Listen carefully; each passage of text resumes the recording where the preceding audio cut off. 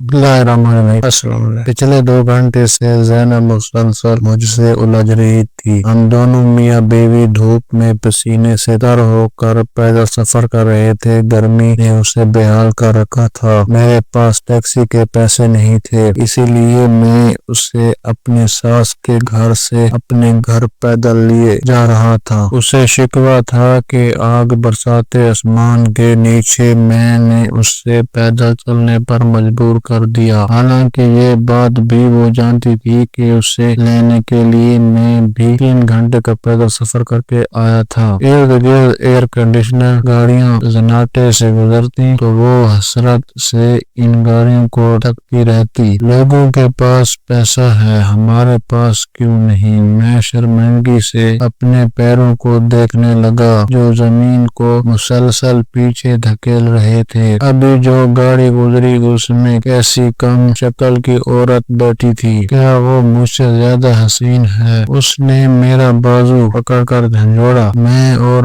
بھی اپنے اندر سمٹ گیا۔ وہ حسین بھی نہیں ہے میری طرح، مگر پھر بھی اسے گاڑی کی آسائش میسر ہے، اور میں دیکھو دھوپ میں جلتی ہوئی تمہارے ساتھ گھسٹ رہی ہوں۔ میری نظریں پھر پیروں پر جم گئی۔ میرا انگوٹھا جوتے کی پھٹی ہوئی نوک سے جھانک رہا تھا۔ اصل بات عورت میں نہیں ہے، وہ اب کی نظروں سے گھورتے ہوئے شکایت کرنے لگی۔ اصل بات اس کی مرد میں ہے، اس نے معاف کر دیا، اپنی ذمہ داری سمجھی، فیصلہ کیا کہ وہ اپنی بیوی کو سکون دے گا، اور اس نے دے دیا۔ میں نے بے بسی سے اپنی ہتھیلیاں دیکھی اور ان پر چھالے پھٹ چکے تھے۔ گوشت اندر سے جھانک رہا تھا۔ پسینے سے جلتا ہوا سیمنٹ اور گارے مزدوری کی یہ سب سے بڑی خرابی ہے کہ آپ چاہ کر بھی ہاتھوں کے چھالے نہیں چھپا سکتے۔ خود کو دیکھو، فلسفے میں ماسٹرز کیا اور پچھلے 3 سال سے نوکری کے پیچھے جوتے چٹا رہے ہو، کیا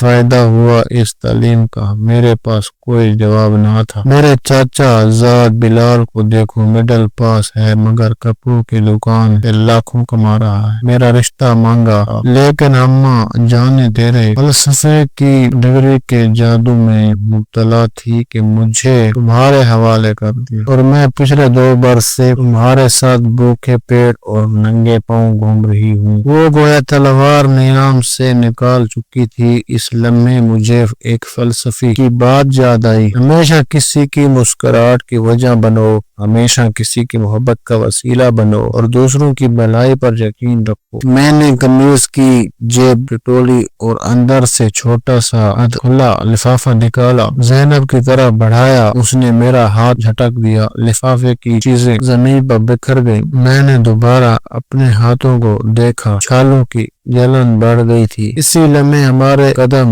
ایک دم رک گئے۔ سامنے ایک بلی بیٹھی تھی، نہایت غمگین۔ اس کے قریب گاڑی کے نیچے آ کر مرنے والے بلی کا کچلا ہوا وجود پڑا تھا، جس کا سر کسی گاڑی نے کچل دیا تھا۔ ہم دونوں خاموشی سے اس منظر کو دیکھتے رہ گئے۔ بلی بے آواز آنسو بہا رہی تھی۔ زینب آہستہ سے بلی کے سامنے جا بیٹھی، اس کی آنکھیں بلی کی آنکھوں میں جا اٹکیں، گویا خاموشی سے دونوں باتیں کرنے لگیں۔ بلی نے ایک پل کو اپنے ساتھی کی لاش کی طرف دیکھا، جیسے کہہ رہی ہو میں اب اکیلی رہ گئی ہوں۔ زینب کے وجود میں کپکپاہٹ سی دوڑ گئی، وہ اپنے منہ پر ہاتھ رکھ کر بے آواز رونے لگی۔ گاڑیاں برابر سے شور مچاتی گزرتی رہیں، مگر وہ اپنے دکھ میں گم رہی۔ اچانک وہ اٹھ کھڑی ہوئی اور شرم و حیا کو پس پشت ڈال کر میرے گلے سے لپٹ گئی۔ میرے دونوں ہاتھ اپنے ہاتھ میں لے کر زخمی ہتھیلیوں کو بار بار چوما، اپنی آنکھوں سے لگایا۔ اس کے آنسو میں چھالوں میں اتر کر ایک عجیب سا